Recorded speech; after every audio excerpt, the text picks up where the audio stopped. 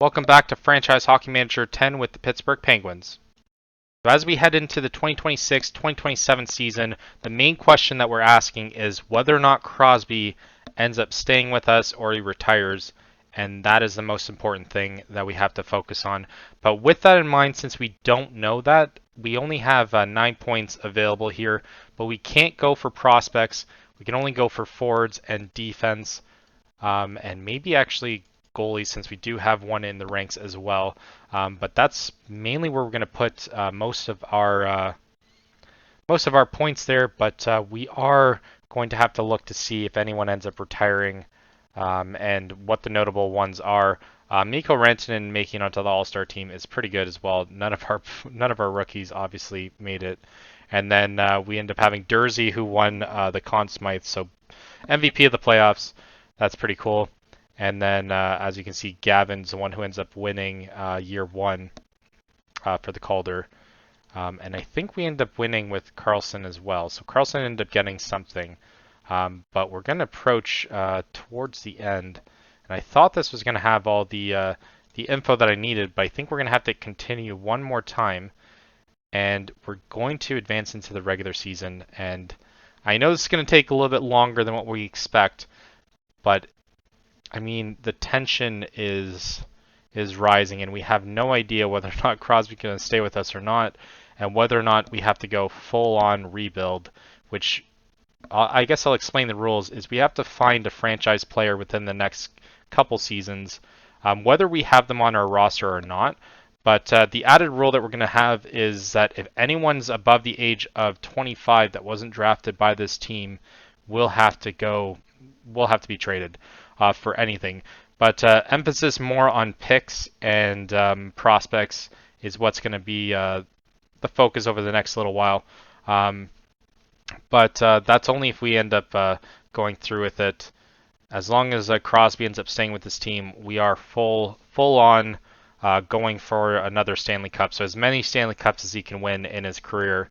And I think Ovechkin was going to retire as well. So if he doesn't retire, that might be one of the focal players that we're going to try and bring onto this team as well. Mainly because I think that would be pretty cool for Crosby and Ovechkin, or even Malkin and Ovechkin being on the same line together. I feel as though that'd be very cool to try and do. I don't know how difficult it would be to add on for that. But I don't even know how much contract he would require. But as long as it doesn't cost his team too much, better bet that we're going to try and make sure that it happens.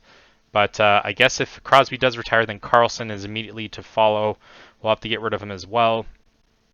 And I imagine if Crosby retires, then Malkin definitely retires. But I'm not sure that if Malkin retires, that Crosby retires. But Crosby is getting up there in age, so you never know. This is taking a little bit longer than what it should. And hopefully you guys aren't bored just watching this advance to the next season. But we're eager with anticipation just to see whether or not we have to do the rebuild or not.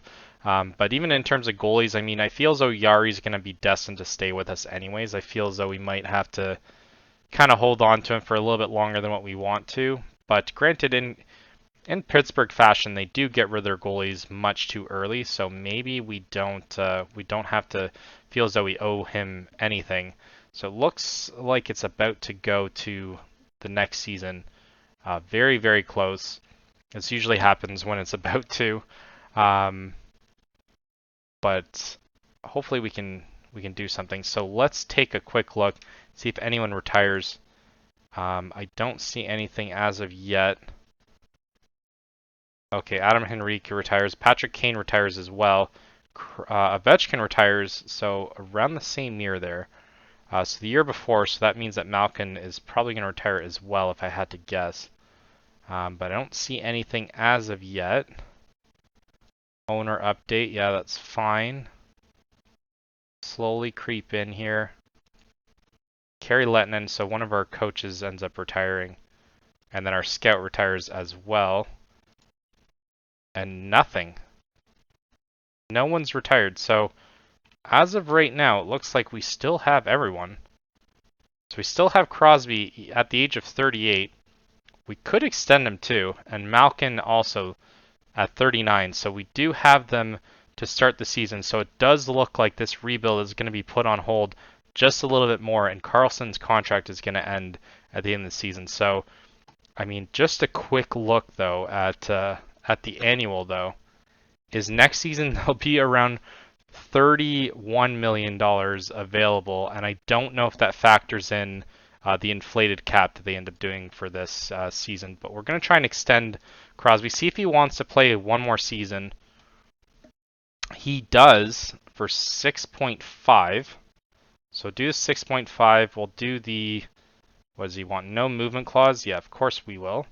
And then he wants it for, let's see if we can talk him down. We can talk him down to like 6.1 or something like that. We can maybe do something. Want 6.5. That's still less than what he was willing to do before. Let's go 6.3. 6.45.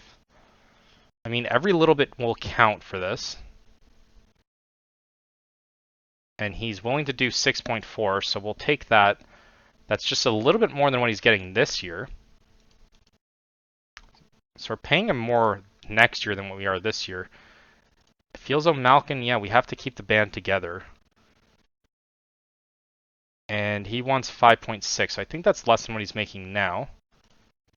So he doesn't want 5.6, he does want a no movement clause as well. And we will add that in, no problem. But let's see if we can kind of exploit him a bit. If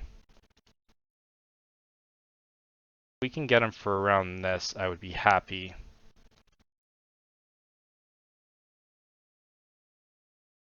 And it looks like he's going to get a little bit more than Crosby. Or no, 6.5. I'm looking at the other way. Okay, so he's willing to do 5.4, which is pretty good. So we know that we probably have them for another season, but I know how this game works, and even though we do sign them, it doesn't mean they're going to stay with us. So Karlsson is currently at 10 million. And let's see how much he would ask for next season. 9.8 for one more year. And a no movement clause. Yeah, we wouldn't get rid of him anyways. So, you know what? Let's kind of short him a little bit. I don't want to go that high for him.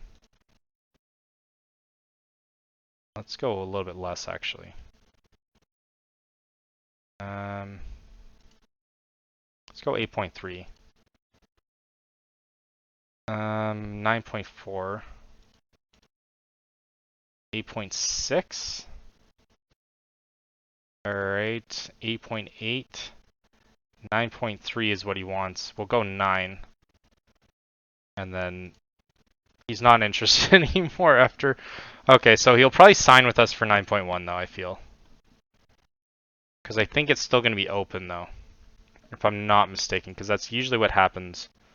It will say, yeah, it's still active. Oh no, for him it's active, but it's not showing us them. Free agencies to open the season though. Stamkos is still available. He's only signing one-year deals. And Eichel's available as well. So Eichel is very tempting. Probably would have to get rid of someone. Someone named though. But we'll do the monthly or the annual finances here. We'll leave that the same. We'll raise development. We'll raise anything that we can afford. We'll end up raising. We'll do normal maintenance and how much is that? 180 and 540. So we'll do add standing and do that. So we have 46 left. That's what we're going to do. But in terms of annual though, we do. I mean, we're close though. We have around. I'd say we have around a couple million, considering we do have 2 extra guys there. So we probably have a decent amount. We do have a Remba coming up and Pearden. Pearden can probably start for us though on the third line. But I mean, the contracts like Russ, we could probably say goodbye to him. And I mean, even if we need to Boldy, if we see someone that's a little bit more defensively sound, we might end up focusing on that. And then even Newhook as well. Newhook might be one of those casualties that we end up having to get rid of this season. But let's take a better look at the cap though. And yeah, well, they're going to negotiate. Newhook's only on his last year. What does he want for his? He wants 5, so we won't be able to do that. So if we see a decent player for him that's willing to do it for less, then 100% we're going to do that. And then Spence also, we probably need to extend. He wants 6 million. So Spence is another casualty that might have to go because we won't be able to afford it. Ty Smith I do want though. And he is a team player, and 100% we want to do as much as we can for him. Let's do 1.2 though. All right, we'll do 1.4. If he does 1.5, we're happy with that. I guess 1.51. All right, whatever. We'll meet demands at that. 1.6 is not the worst. He's already getting around 1 million. And then Yari only has 2 years left. And so we might want to focus on getting another goalie, but did we lose? Oh, Blomqvist is still there. Move Blomqvist back up. And Lyubushkin is technically still on her roster there. And we have Pickering as well that can come up. We don't have too many prospects in our team there. Logan Crosby also will come up as well just for the preseason. Gerventi as well. But it feels though we might have to be creative with some of our picks this season though, because currently in our whole organization we only have around 32 players, so we're gonna have to make the most of what we end up having. Let's just fast forward to after the draft and see what we end up doing the first couple steps of this preseason. So a quick look at how we fared in the draft. Currently they're saying that we had one of the best drafts. We ended up grabbing Victor Fyodorov, I think. We ended up getting him in very late. We got him in the 5th round. He was projected to go in the 1st, so I don't know if there's something wrong with that. But I saw his stats and immediately I was like, no, we have to get this player. Defensive rating, he's a massive liability. I will admit that. But his physicals and offensive rating is just ridiculous. Like, there's no way that this guy shouldn't have been drafted pretty early on. So obviously he's going to stay in Russia for the next couple seasons. But just looking at his acceleration, his speed should improve as well. I mean, his determination is a bit low and professionalism is okay. But, I mean, for a winger, though, he's probably going to be a winger. I don't see him doing face-offs. I feel as though his defensive rating's probably going to improve as well. But just looking at him just off first look, I was like, no, we got to get this guy. And I'm guessing that alone is probably what's telling them that we had a good draft. I mean, the second guy, 3.5 potential is what the consensus is. But everything seems kind of normal. I do like his defensive rating. He has decent face-off. His positioning's pretty good. And his stick checking's good as well. Then we're just hoping that his defensive read and shot blocking and checking kind of improves a little bit. He is a forward, so it is what it is. Not much in terms of mental. I was hoping more determination, but he is good at getting open. He is good at passing, and his offensive read is pretty decent. So just looking at him, he can play a numerous amount of roles, so I do like that. We can put him, even if we need to put him as a grinder, it looks like he could be okay at that eventually. But probably counterattacking is probably what we're going to do. And it looks like he could definitely even fit in now as that. Graded as a 73 last year, he was projected to go 94th overall, but we got him in 100 picks later. So bargain shopping is definitely helping us at the moment. And then we end up getting this guy as well. We got Sizverek.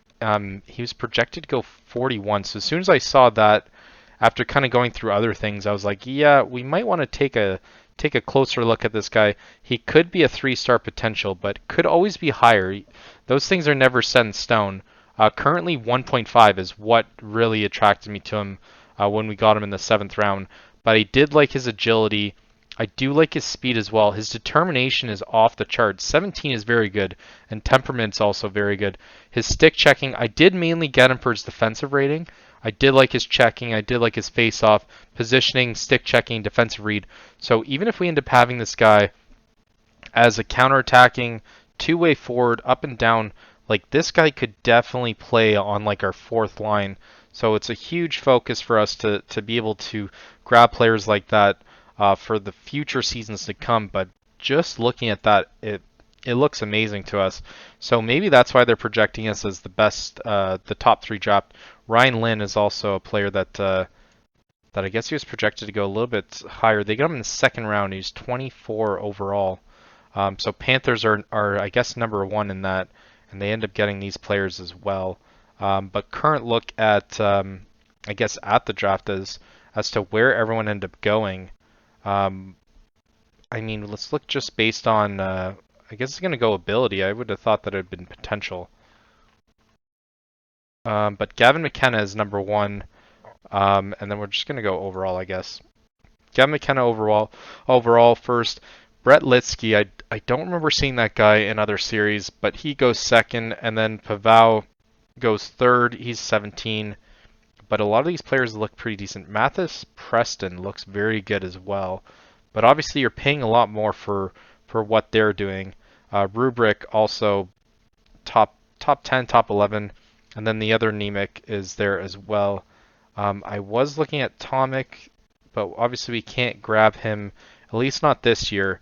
And then we're probably going to look at Danfus as well if we can bring him in at some point. I did notice him a little too late in the other series, but I do like the fact that he is a two-way defenseman and 18 at that rating as well. Vernhoff is also a guy that we're going to probably keep an eye on. We did grab him in our other series, so I'm less likely to grab him this season, but I did like Vernhoff a lot. It is shocking to see him go all the way down here. I think he was drafted in the second round. LaSalle was also a guy that we're kind of looking at in terms of goaltender, but obviously all these guys get drafted way earlier than what we could have done, so it's going to be next season that we're probably going to have to focus on this stuff. Whether or not Crosby ends up signing, he hasn't 100% confirmed it. We did put in the signing before. We did grab these guys, though. Riley Stein, I'm going to try and send him... Oh, no, he's still negotiating, but I'm going to try and send him away to the WHL. He is 17. And then we have Trerenko as well. He was a 1.5 star. He wasn't picked at all. His stats look okay, like his faceoff's alright, but he is only 18, so if he signs with us and we can send him away, 100% we're going to do that. Same thing with O'Brien as well.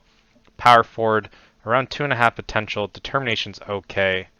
But, I mean, some of these are just dart throws. If even one of these guys ends up panning out, that's huge for us. It does take up a roster spot, so that is the only risk that we really have. But I mean, it's a dart throw. It's like they were available in the 7th round. They're going to go undrafted. So who really knows? That's the best thing that we can kind of do with what we have. And I'm not upset at making a chance there. But I do think that we did do pretty well in this draft. And I mean, time will tell whether or not we made the right decisions here. Let's move to the beginning of the season and let's see what our roster looks like. And as regular season starts, we are currently favored once again to win a three-peat. I think it's going to be a little bit more difficult this time. We have tried to sign Crosby to an extension, but he doesn't want to do it. It keeps saying that he's ready for it, but apparently he is not. He's not interested in renewing anything, so this could very well be the last year that he ends up playing for us. At 39, most likely going to turn 40 by the end of the season. Oh no, probably by the end of next season is when he's going to turn 40, but that's the unfortunate reality that we end up having. We're going to try and continue to renegotiate, and hopefully he decides to sign with us before he decides to retire. But this is what it'll look like for the regular season. We have Yari in goal, Blomqvist as backup. We have Aremba, Jagger, and Lockshow as our bottom D line. We have Duclair, Malkin, and Rust as our third line. Eklund, Newhook, and Boldy as our second line, and Gensel, Crosby, and Rantanen as our top line. We have Smith and Letang that are playing the bottom line. Currently, I think we need to reshuffle this because I think... Let's redo that, actually. Okay, now it looks like it changed. So Eklund, Jagger, Rust, Duclair, Malkin, Lockshow, Gensel, Newhook, Boldy, and McTavish, Crosby, and Rantanen. Korchinski and Carlson are going to go up top. Then we have Smith and Spence as our second line, and then Hudson and Letang for our third line. I don't like that there's two quarterbacks. That's one thing that does irritate me that the AI does, is there's no reason why you would have two defensemen playing the exact same way. Seems kind of odd to me if you ask me, but Korchinski also on quarterback, even though he's clearly more of a two-way defenseman. But hopefully that doesn't really matter, and we can get this show going with a win in Buffalo. I wouldn't be surprised if we end up having to make serious changes this season because I'm just not as confident this season as I was last season. See, it says he wants to renegotiate, and then I try and renegotiate, and then it says that he doesn't want to. Actually, it's not even going to let me. Let's try here. Oh, he did sign it. What the hell? Okay, so Crosby signed it. And then it says he's not interested. So we'll just meet demands and then see what happens there. And then Carlson the same way. That is just retarded. I don't know why that's why it is like that. But I'm sure we'll be able to sign them again. But yeah, Crosby at least extends. So we do have him till he's 40. So one more season, it looks like, of the Crosby show before we end up having to go into full rebuild. So first game here against Buffalo. Let's see if we can get the win here. We lose pretty decisively 5-1. So already off to a terrible start. Duclair, Rantanen, and Smith are the only ones with points. And we currently see ourselves at the bottom of the Met. I'm very curious to see who ends up emerging in the Atlantic. It would really suck if we end this season kind of how they are playing right now in the bottom. I think the only worst team is Columbus, if I'm not mistaken. But I feel as though we can still overcome it. And hopefully this is not a rebuilding season before a rebuild. But if after around 10 games we're not where we think we should be, we're definitely going to have to pretty much sell everyone and try and right this ship. 4-3 we win, but again we're conceding way too many goals like what we did at the beginning of last season. Gensel, McTavish, Duclair, and Newhook getting goals, and that was good enough for us. No OT, just in regular, and we find ourselves 1-1. No one on points, no one... Goalie's definitely not leading the way either, but within the first couple days, we already have our back-to-back. And you guys know how much I love playing back-to-back games. Or so frequently, I guess, because I wouldn't be surprised if... Yeah, at least we got the 3-2 win there. Interesting to see if they're rebuilding. I find Vegas is never rebuilding. In any of the games that I've played, I find they're always they always have a team that's always ready to compete. I think that's just the nature of how Vegas will probably manage their team anyways. We'll redo that, especially after a back-to-back game. We then lose again decisively 4-1. Boldy is the only one that gets a goal. Newhook and McTavish get the assist, and we find ourselves facing probably the top team. Or the other top team in the West. It looks like, at least at the very beginning, we're having pretty difficult opposition other than the Wild, who are currently 0-3. But it looks like we're going to have to go to Edmonton and go on the road here and see if we can manage to at least get one of the next two wins. Even if this one's overtime, I'd be happy with it. And 6-1. So this looks like it's going to be a very tough season. But again, we're starting off against harder teams, I would say. But 2-3-1 or 2-3-0, not necessarily the best start, not the worst start either. After 5 games, there's still not much that's deciding us, so we could easily go on a run of a couple wins, which we've definitely done in the past. And we'll have to figure out whether or not it's gonna matter anyways. If we lose this game, then it's pretty telling at what we're gonna have to do for next episode. We win 5-1, so at least we can beat the teams we're supposed to beat. Carlson, Smith, Aremba getting his first goal for us ever, and then McTavish and Letang getting a goal there as well. We're going to Toronto as well. We've played several games on the road, actually. This is like probably 4 or 5.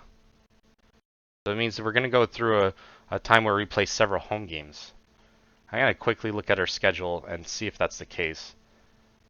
Because we face Toronto and then we go back home and then we face Edmonton.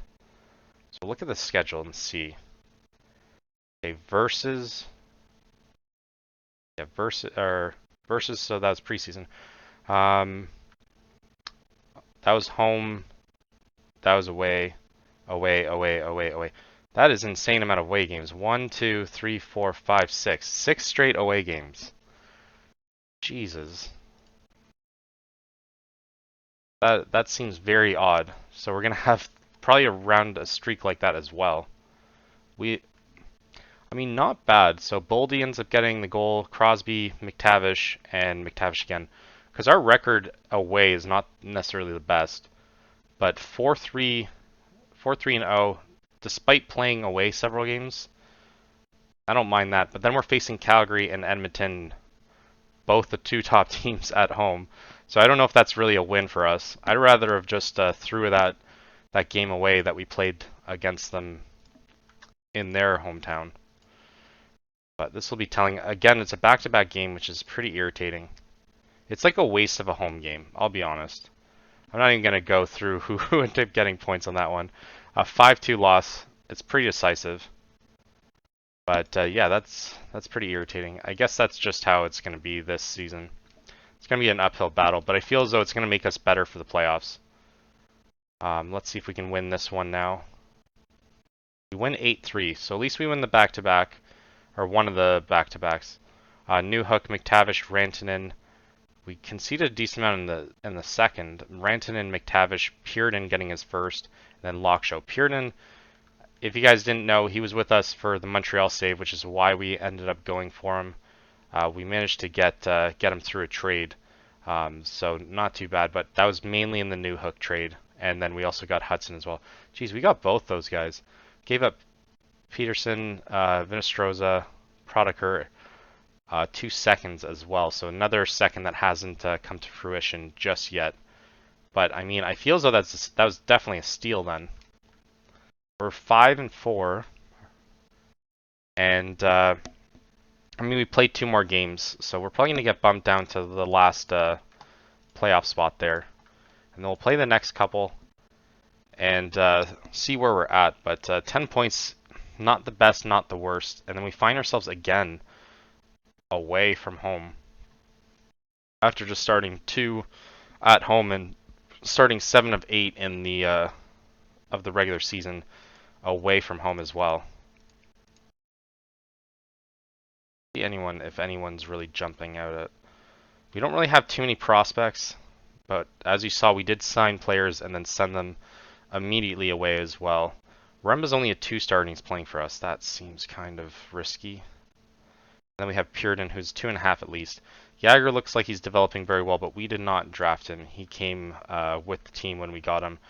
He was their last pick before we took over. Oh, it's going to be assign scouts first.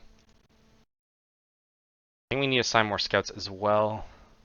But again, we can kind of hold off on it until the rebuild's in the full effect. But it seems like it's going to be 5 years of Crosby, though. So, not too bad, not too bad. I believe this is our 4th year in charge. And, I mean, so far so good. And I think Bedard ended up signing his contract as well. Let's switch goalies though. Do it for this one instead of the New York one, or instead of the New Jersey one. We're facing off against the Isles. 5-2. So Blomqvist getting the job done. Crosby getting a shorthanded goal for second, Rantanen with a hat trick, and then Spence getting his first of the season.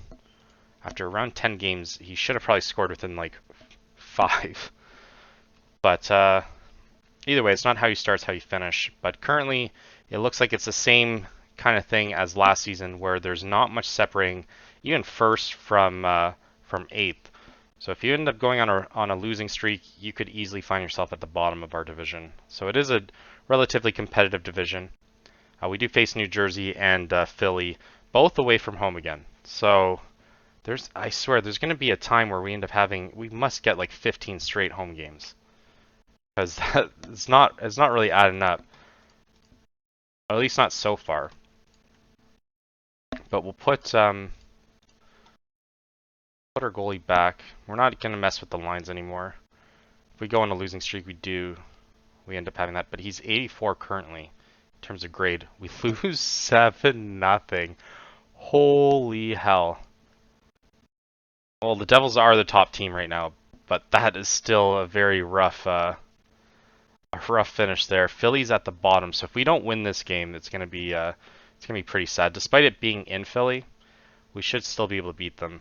They're a fierce rival, I'd say, probably the fiercest rival that we have in this division. But I mean, turns out that they're not doing very good this season. They didn't even really come close the other seasons, though, which I find kind of odd. We end up winning 5-2. Boldy, Rantanen, and Carlson getting goals there. So Lockshow and Smith as well. Surprised I didn't see Crosby score any goals there. He does like to beat up on the Flyers for sure. So around 12 games, we have 14 points, 7-5-0. Still haven't lost. I don't even think we've gone to overtime, if I'm not mistaken. But 7-5-0. Not much separating us between first place, though. So by the time next episode happens, you could easily see us in first place, which is exactly where I expect us to be, considering we played so many games away from home. So it looks like we have, again, a split. So I'm going to look at the schedule after, because it seems very odd. All right, let's see if we can win this last game here, and then we'll go through the stats before we end the episode. We end up losing 2-1. That is unfortunate. So we're still around the same spot. I mean, Ottawa is a pretty decent team in that division right now. So we find ourselves in 4th spot. Let's see, wild card. We are in the top wild card spot. So that's not the worst start to be in, but we did play a couple games more. I think Lightning just have an opportunity. If Lightning win, then it might be a different story. But we're currently 1-3 at home, actually. It's just because we faced a pretty difficult competition. And we played 9 games away from home. So find that weird. 9 games and then 4. Let's look at the schedule, though, moving up. Looks like home. Okay, so we play the next 5 here at home. And then we play away, home, and then away to our 3, 4, 5, 6 straight away again. And then we go 3 home. That seems so weird. Why would they even do it like that? Then we have 3 straight. Yeah, we have 3 straight away from home. And then most of the rest of the season. Why would we have a double header, 1 away from home and then 1 at home? That seems stupid. Yeah, that seems really stupid, because involving with travel and stuff like that, I don't even think they do that in the regular season, do they? But we'll technically look at how well we're doing. Rantanen with 15 points in 13 games. Newhook with 13 and 13, so not bad. McTavish with 11 and 13, and Boldy with 10 and 13. Korchinski with 10 as well. Crosby only with a modest 7, so we're going to want to turn that around as well. And Malkin only with 2. So we're definitely going to want to get that fixed by the end of the season. Yari's 4-6-0, and Blomqvist has 3 straight wins, so we might want to prioritize Blomqvist. Save percentage, Blomqvist has 9.2 or 0.925, which is very good, and goals against is 2.3. So we'll go to the trade deadline. I feel as though we're going to make a decent amount of changes between now and then. and hopefully we're in a better spot than what we are now. But thanks everyone for watching, and until next time.